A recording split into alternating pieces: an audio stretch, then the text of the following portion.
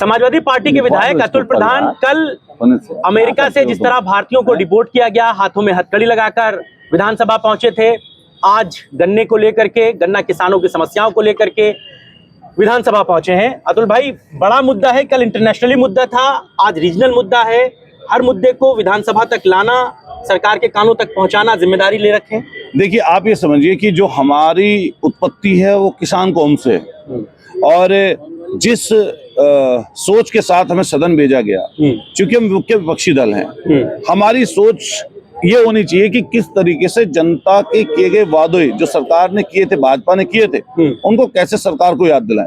कहीं पर परेशानी दिक्कत है तो उस बात को सरकार के सामने कैसे रखें, कहीं सुझाव के रूप में, और कहीं पर आपको सुझाव अगर सरकार नहीं मानती है तो प्रोटेस्ट करके भी, शांतिपूर्वक प्रोटेस्ट करके। तो हमारा एक कर्तव्य बनता है कि मैं सदन का सदस्य हूं, मैं चुप रहने के लिए नहीं सदन का सदस्य बनाऊं। मेरी जिम्मेदारी है हर उस विषय पर बात करना जिससे हमारी जनता परेशान है।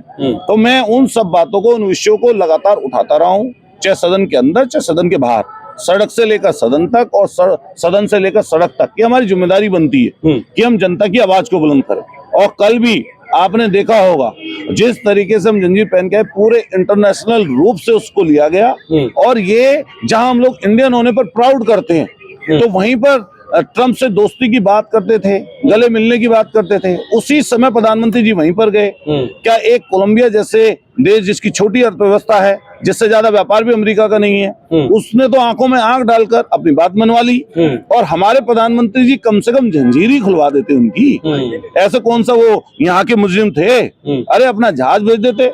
1990 में याद करो आप, कई लाख लोगों को यहाँ पर लाया गया था जब युद्ध हुआ था 1990 का। आपको लगता है ये सारी बातें जो आप सदन में लेकर आए हैं, सरकार के कानों तक ला रहे हैं या सरकार को राय दे रहे हैं, कुछ उसका असर हो रहा है? अच्छा, आप ये तो आपने भाषा पे ही खाली बात की और वो भाषा की बात हिंदू मुसलमान तक पहुंच गई। अच्छा, ये बताइए, इस पूरी सरकार का एजेंडा जब हिंदू मुसलमान का है, अब प्रधानमंत्री जी को क्यों नहीं रोका मुख्यमंत्री जी ने? जब उनको इतनी दुख और तकलीफ है मुस्लिम शब्द से या हिंदू मुसलमान उनको करना ही है, तो आदरणीय प्रधानमंत्री जी जैसे ही दूसरे देश के शेख को कतर के जो राष्ट्रीय अध्यक्ष जो वहां पर देखते हैं, वहां पर पूरी चीजें देखते हैं, वो जब यहाँ पर आए थे, प्रधानमंत्री जी प्रोटोकॉल तोड़कर उनके गले मिलने पहुंच गए। तो मुख्यमंत्री जी को जाकर बीच में खड़े हो जाना चाहिए था कि भाई इनके गले क्यों लग रहे हो आप। और फिर वो शिक्षा व्यवस्था की बात करते हैं। यहाँ पर हालत क्या है? 10,000 रुपए में शिक्षा मित्रों से नौकरी कराई जा रही है। 10,000 रुपए पर सारे बच्चे मिड डे मील पर बेचारे पढ़ रहे हैं, उनको ये बेचना चाहते हैं, सारे विभागों को बेचना चाहते हैं।